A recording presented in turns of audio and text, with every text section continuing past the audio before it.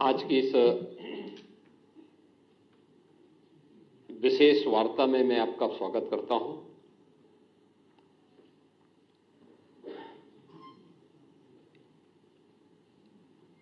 ये press meet Congress और अन्य विपक्षी दलों के द्वारा किए जा रहे अनैतिक और असंवैधानिक आचरण की ओर समय समय पर इन लोगों के द्वारा किए गए भारत के संविधान के शिल्पी बाबा साहब डॉक्टर भीमराव अंबेडकर के अपमान से पर्दा उठाने के लिए, ध्यान आकर्षित करने के लिए अत्यंत महत्वपूर्ण है।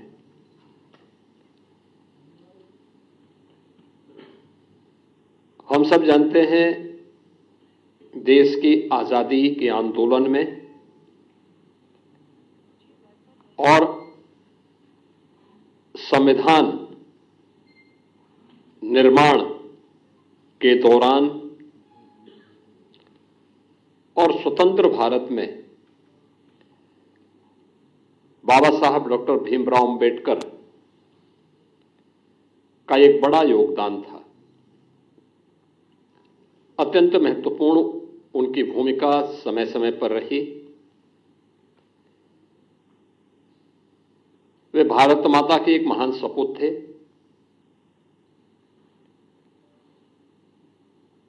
उन्होंने विपरीत परिस्थितियों में तमाम प्रकार के सामाजिक बंधनों का सामना करते हुए उच्च शिक्षा अर्जित की, वित्त और अर्थव्यवस्था के क्षेत्र में, कानून के क्षेत्र में दुनिया की सर्वश्रेष्ठ डिग्री अर्जित की और फिर उसके माध्यम से उन्होंने भारत को अपने उस ज्ञान से आलोकित करने में अपनी पूरी ताकत लगाई। भारत के संविधान के शिल्पी के रूप में हर भारतवासी बाबा साहब डॉक्टर भीमराव अंबेडकर के प्रति श्रद्धा और सम्मान का भाव रखता है। एक और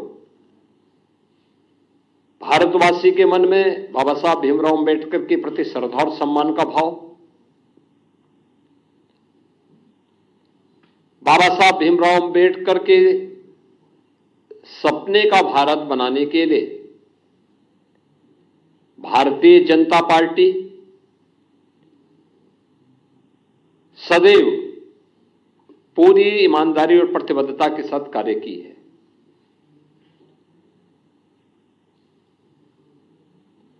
श्रद्धेय अटल बिहारी वाजपेयी जी का यह जन्म शताब्दी वर्ष है और कल उनके जन्म सदी का एक आयोजन भी पूरे देश के अंदर होने जा रहा है। अटल जी की सरकार रही हो या आदरणीय प्रधानमंत्री नरेंद्र मोदी जी के नेतृत्व में चलने वाली भारतीय जनता पार्टी की सरकार, सदैव बाबा साहब भीमराव अंबेडकर की भावनाओं के अनुरूप भारतीय जनता पार्टी ने बाबा साहब भीमराव अंबेडकर को सम्मान दिया, उन भावनाओं को प्रतिनिधित्व दिया और हर स्तर पर उनके प्रति श्रद्धा और सम्मान का भाव रखा। चाहे वे पंचतीर्थ याद करें, बाबा साहब भीमराव अंबेडकर का जन्म मऊ मध्य प्रदेश के जिस क्षेत्र में हुआ था, वहां पर भारतीय जनता पार्टी के तत्कालीन मुख्यमंत्री श्री सुंदरलाल पटवा जी ने स्मारक बनाने का काम किया था और उसका उद्घाटन सरदार अटल बिहारी वाजपेयी जी के द्वारा किया गया। दिल्ली में अंबेडकर सेंटर के लिए भूमि प्रदान किया था स्वर्गीय चंद्रशेखर जी ने, और वहां पर अंबेडकर इंटरनेशनल सेंटर की स्थापना आदरणीय प्रधानमंत्री मोदी जी ने किया। दीक्षा भूमि नागपुर में भव्य स्मारक बनाने का कार्य हो, या फिर इंग्लैंड में जहां पर बाबा साहब भीमराव अंबेडकर ने उच्च शिक्षा अर्जित की थी, वहां पर बाबा साहब भीमराव अंबेडकर का भव्य स्मारक बनाने का कार्य हो, या फिर मुंबई के चैत्य भूमि, ये पंच तीर्थ जो बाबा साहब भीमराव अंबेडकर से जुड़े हुए हैं, ये भारतीय जनता पार्टी ने बनाए हैं और बाबा साहब की स्मृति को जीवंत बनाए रख करके सदैव सदैव के लिए भारत के अंदर वंचितों और दलितों के लिए एक आशा की किरण के रूप में बाबा साहब भीमराव अंबेडकर को सम्मान दिया। आज जो कुछ भी कार्य मोदी जी के नेतृत्व में चलने वाली एनडीए की सरकार के द्वारा किए जा रहे हैं, जिनमें पहली बार दलित और वंचित शासन की योजना का हिस्सा ईमानदारी के साथ बन रहा है, चाहे वह हर घर में शौचालय बनाने का कार्य हो, हर एक परिवार को, वंचित और दलित परिवार को आवास की सुविधा, सिर ढकने के लिए आवास की सुविधा हो, स्वास्थ्य बीमा का कवर देने का कार्य हो, चाहे वह देश के अंदर 80 करोड़ लोगों को राशन की सुविधा उपलब्ध करवाने का कार्य हो, अनुसूचित जाति, जनजाति और अन्य वंचित तबके को शासन की सभी प्रकार की सुविधाओं से आच्छादित करने का कार्य हो, ये सभी प्रधानमंत्री मोदी जी के नेतृत्व में देश के अंदर बखूबी चल रहा है। बाबा साहब भीमराव अंबेडकर इसी बात के लिए सदैव प्रेरणा प्रदान करते थे। इसी प्रेरणा से प्रेरित होकर के भारतीय जनता पार्टी अपने इस अभियान को पूरी ईमानदारी और प्रतिबद्धता के साथ आगे बढ़ा रही है। एक और भारतीय जनता पार्टी उन मूल्यों, उन आदर्शों के प्रति समर्पित होकर के कार्य कर रही है, तो दूसरी तरफ कांग्रेस, जिसका इतिहास देश के अंदर भारत के दलितों और वंचितों का अपमान करना, जिसका इतिहास तुष्टीकरण के आधार पर दलितों और वंचितों को उनके अधिकारों से पूरी तरह रोकने की एक कुत्सित चेष्टा का हिस्सा रहा है, और दूसरी तरफ तुष्टीकरण के आधार पर देश को विभाजन के कगार तक पहुंचाने का कार्य भी कांग्रेस ने किया। कौन नहीं जानता है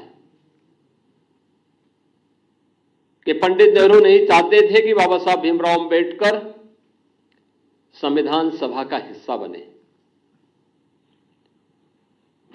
कांग्रेस नहीं चाहती थी कि बाबा साहब भीमराव अंबेडकर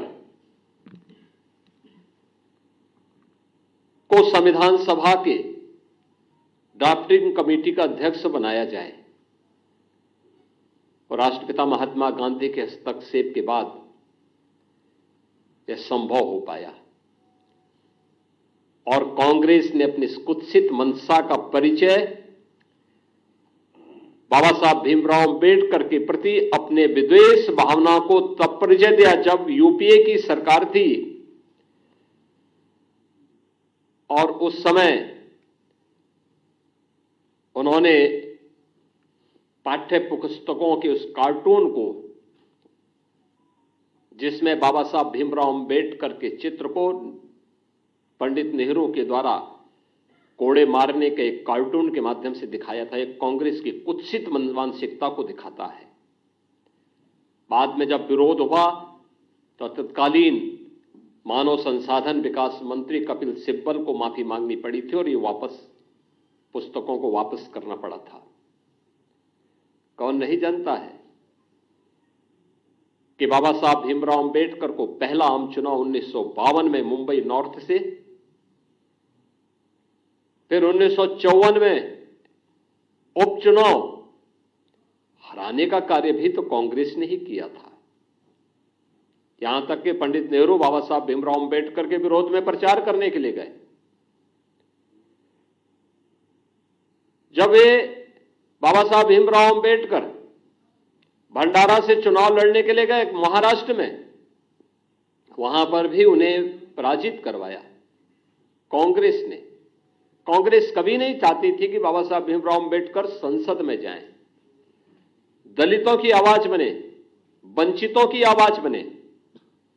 और सदैव उन्हें अपमानित करने का काम करती थी।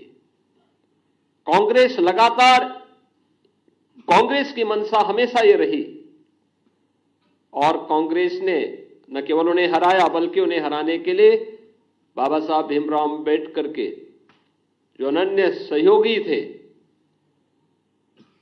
नारायण काजोलकर, उन्हें तोड़ करके उन्हें ही बाबा साहब भीमराव अंबेडकर के खिलाफ चुनाव लड़वा दिया था। और हम सब जानते हैं कि उन्हें चुनाव लड़ाने के परिणति क्या थी, बाबा साहब चुनाव हारे। और उन्हीं काजोलकर को कांग्रेस ने 1970 में पद्म पुरस्कार से भी सम्मानित किया। कांग्रेस ने बाबा साहब भीमराव अंबेडकर की महापरिनिर्वाण के बाद कहीं भी उनकी स्मारक नहीं बनने दिया। जो भारतीय जनता पार्टी ने सरदार अटल बिहारी वाजपेयी जी के समय और आज आदरणीय प्रधानमंत्री नरेंद्र मोदी जी के समय जो पंचतीर्थ बने हैं, ये भारतीय जनता पार्टी ने बनाए हैं, कांग्रेस ने नहीं। कांग्रेस ने कभी नहीं बनने दिया। बाबा साहब भीमराव अंबेडकर को कभी पद्म पुरस्कार तक नहीं लेने दिया। भारत रत्न भी बाबा साहब भीमराव अंबेडकर को तब मिला जिस सरकार में भारतीय जनता पार्टी सपोर्ट कर रही थी। कांग्रेस का इतिहास इसी से आप समझ सकते हैं, जो बाबा साहब भीमराव अंबेडकर ने अपने इस्तीफे के दौर के बाद कही थी। जब उन्हें अपने पद को छोड़ने के लिए मजबूर होना पड़ा था तो उन्होंने उस समय नेहरू सरकार पर आरोप लगाए थे। और यह परंपरा है कि कोई मंत्री अपने पद से इस्तीफा सदन के रहते हुए दे रहा है तो उसे सदन में बोलने का अवसर दिया जाता है। बाबा साहब भीमराव अंबेडकर को नहीं बोलने दिया सदन में, अपमान यहां पे भी किया गया। उनके इस्तीफे को उजागर नहीं होने दिया गया। अपने इस्तीफे में बाबा साहब अंबेडकर इस बात को कहते हैं कि कांग्रेस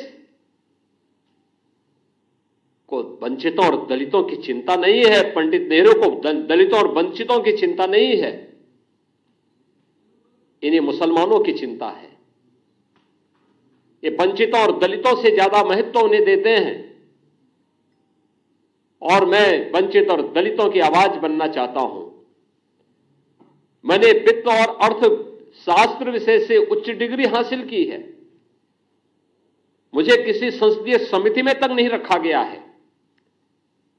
ये पीड़ा उनकी थी जो वंचितों और दलितों के लिए जिस आंदोलन को उन्होंने आगे बढ़ाया था, देश के अंदर जिस सामाजिक समता के निर्माण के लिए उन्होंने अपना पूरा जीवन होम किया था, उन्हें उससे वंचित करने का काम भी कांग्रेस किस रूप में कर रही थी। ये बाबा साहब अंबेडकर की पीड़ा उनके इस्तीफे के माध्यम से देखने को मिलती है। और याद करिए, जब कांग्रेस नेतृत्व की ही सरकार केंद्र में थी, तब उस समय कांग्रेस यूपीए सरकार के प्रधानमंत्री भी इस बात को कहते हैं कि देश के संसाधनों पर पहला अधिकार मुसलमानों का है, या वंचितों और दलितों का नहीं है। यानी देश को कैसे लोग आपसी बंटवारे का कार्य कर रहे हैं, ये किसी से छुपा हुआ नहीं है। और जो बाबा साहब भीमराव अंबेडकर देश के दलितों और वंचितों को अपमान करने का जो एक काला अध्याय कांग्रेस का रहा है, कमोवेश वही परिपाटी समाजवादी पार्टी ने भी अपनाई है। याद करिए, समाजवादी पार्टी की सरकार के समय 2012 में जब सरकार बनी थी, तो तत्कालीन मुख्यमंत्री ने कहा था कि सामाजिक न्याय से जुड़े हुए जो स्मारक हैं लखनऊ में बने हुए, सबको तोड़वा देंगे। यानी उन्हें सामाजिक न्याय के इन पुरोधाओं के स्मारक उन्हें अच्छे नहीं लग रहे थे, और उन्होंने अपने समय में किया भी। कन्नौज के बाबा साहब अंबेडकर के नाम पर बने हुए मेडिकल कॉलेज का नामकरण हटा दिया, उसे बाबा साहब भीमराव अंबेडकर का नाम हटा दिया। लखनऊ में भाषा विद्यालय मान्यवर कांसी राम जी के नाम पर स्थापित था। वे सामाजिक न्याय की जिस लड़ाई को लड़े थे, समाजवादी पार्टी ने नाम हटा दिया। सहारनपुर मेडिकल कॉलेज के नाम हटा दिया, तमाम जनपदों से नाम हटा दिए गए। ये चीजें दिखाती हैं कि लोग किस रूप में समाज को विभाजित करने के लिए राजनीति करना चाहते हैं। आदरणीय गृह मंत्री जी के बयान को आधा अधूरा मीडिया के सामने प्रस्तुत करके उसके नाम पर किस प्रकार से अपनी राजनीतिक रोटियां इनके द्वारा सेकी जा रही हैं, इस तरीके से समाज को गुमराह करने का कार्य किया जा रहा है। अपने किए हुए पर पर्दा डालने के लिए इनके द्वारा लगातार इस शरारत की जा रही है। इन लोगों ने अपने कालखंड के दौरान, अपने कार्यकाल के दौरान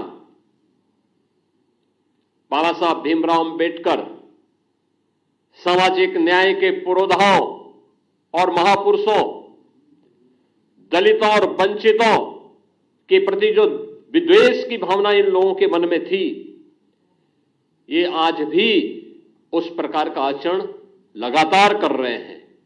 और यही कारण है कि जो भारतीय जनता पार्टी लगातार प्रधानमंत्री मोदी जी के नेतृत्व में दलितों और वंचितों के लिए नई नई योजनाएं ला रही है, उनके उत्थान के लिए कार्य कर रही है। जीरो पॉवर्टी के लक्ष्य को प्राप्त करने के लिए उन्हें 100% सिचुएशन के लक्ष्य की ओर बढ़ाने के लिए पूरी ईमानदारी के साथ कार्य कर रही है। इन सब के पीछे प्रेरणा बाबा साहब भीमराव अंबेडकर की है। उत्तर प्रदेश में हमारी सरकार ने स्वयं लखनऊ में बाबा साहब भीमराव अंबेडकर के नाम पर बाबा साहब अंबेडकर इंटरनेशनल सेंटर की स्थापना हम लोग कर रहे हैं। उत्तर प्रदेश के अंदर हर सरकारी कार्यालय में बाबा साहब भीमराव अंबेडकर का चित्र हमारी सरकार के समय, डबल इंजन की सरकार के समय लगे हैं। आजादी के बाद उत्तर प्रदेश से पहला दलित देश का राष्ट्रपति भी बनता है। पहली बार देश के अंदर कोई महिला जनजाति समाज से जुड़ी भी एक मातृशक्ति भारत के सर्वोच्च संवैधानिक पद पर बैठती है। प्रधानमंत्री मोदी जी की प्रेरणा, उनकी लीडरशिप सबको सम्मान देने की है। गृह मंत्री जी के एक बयान को संसद में, वह भी संविधान दिवस के अवसर पर, और संविधान दिवस का यह आयोजन भी 26 नवंबर की तिथि को संविधान दिवस के रूप में पूरा देश आयोजित करके बाबा साहब भीमराव अंबेडकर के प्रति अपनी श्रद्धा और सम्मान का भाव व्यक्त करेगा। यह प्रेरणा प्रधानमंत्री मोदी जी की है। लगातार 2015 से संविधान दिवस के कार्यक्रम के साथ पूरा देश जुड़ता है। केवल मूल अधिकारों की ही नहीं, कर्तव्यों के बारे में भी जो प्रेरणा बाबा साहब भीमराव अंबेडकर की है, उससे पूरे प्रदेश को, पूरे देश को जोड़ने का कार्य प्रधानमंत्री मोदी जी का प्रयास कि बाबा साहब भीमराव अंबेडकर को सम्मान प्राप्त हो, हर स्तर पर सम्मान मिले।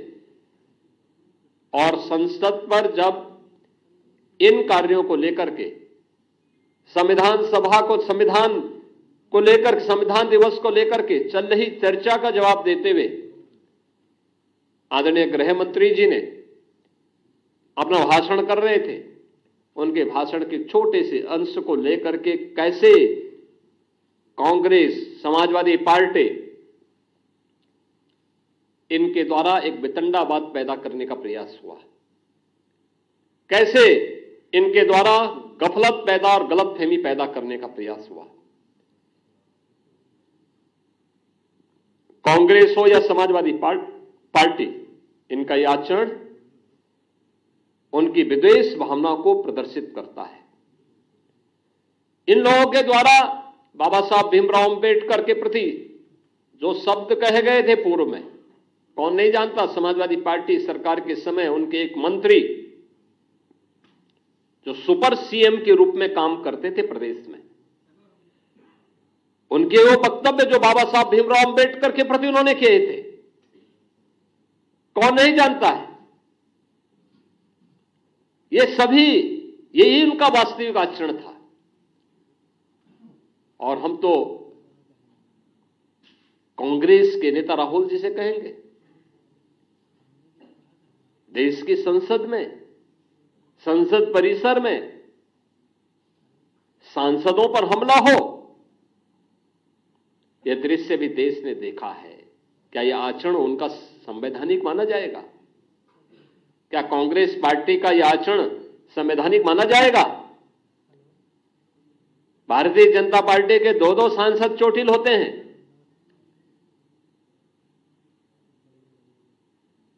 एक बुजुर्ग सांसद, पूर्व केंद्रीय मंत्री चोटिल होते हैं, उन्हें गिराया जाता है। यानी अपने सारे कृत्यों को, मारपीट के कृत्यों को, बुजुर्गों को धक्का देने की कृत्यों को ये संवैधानिक बनाने का प्रयास करते हैं। देश की संसद में जब अनुसूचित जाति जनजाति के हितों के लिए या महिलाओं के कल्याण के लिए आने वाले बिल को जब से राहुल गांधी के द्वारा फाड़े जाते हैं, क्या यह आचरण संवैधानिक है? अपने इन असंवैधानिक कार्यों के लिए बाबा साहब भीमराव अंबेडकर का अपमान करने की कांग्रेस की फितरत, चाहे वह कांग्रेस के द्वारा या समाजवादी पार्टी के द्वारा, इन सभी को देश की जनता से माफी मांगनी चाहिए। देश की जनता इनके आचरणों से इन्हें कभी माफ नहीं करने वाली, क्योंकि आज इनका वास्तविक चरित्र सबके सामने आ चुका है। और अपने किए पर पर्दा डालने के लिए ये वर्तमान में समाज में विद्वेष की खाई को और चौड़ा करना चाहते हैं, लेकिन यह इनके ये कृत्य कभी अब सफल नहीं होने वाले हैं। जनता इन्हें खारिज कर चुकी है, बार बार खारिज की है। 2014 में खारिज की, 2017 में खारिज की, 2019, 2022, 2024 और अभी हाल ही के चुनाव में भी खारिज की है, आगे भी खारिज करेगी। मुझे आप सबसे यह अपील करनी थी कि कांग्रेस और समाजवादी पार्टी के इन कृत्यों को आम जनता के सामने रखने की आवश्यकता है, और आम जनता ही नहीं बल्कि पूरे देश से ये दल अपने कृत्यों के लिए माफी मांगे। धन्यवाद जी।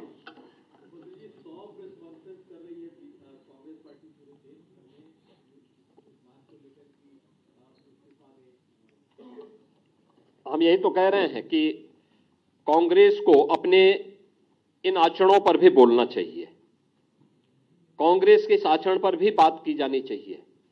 आखिर बाबा साहब भीमराव अंबेडकर को भारत रत्न कांग्रेस के समय क्यों नहीं मिला? बाबा साहब भीमराव अंबेडकर को 1952 में, 1954 के उपचुनाव में और उसके बाद भंडारा के चुनाव में कांग्रेस पार्टी ने उनके खिलाफ चुनाव लड़वा करके, प्रचार करके और साजिश से उन्हें हराने की जो कुत्सित चेष्टा की, क्या इसके बारे में कांग्रेस बताएगी?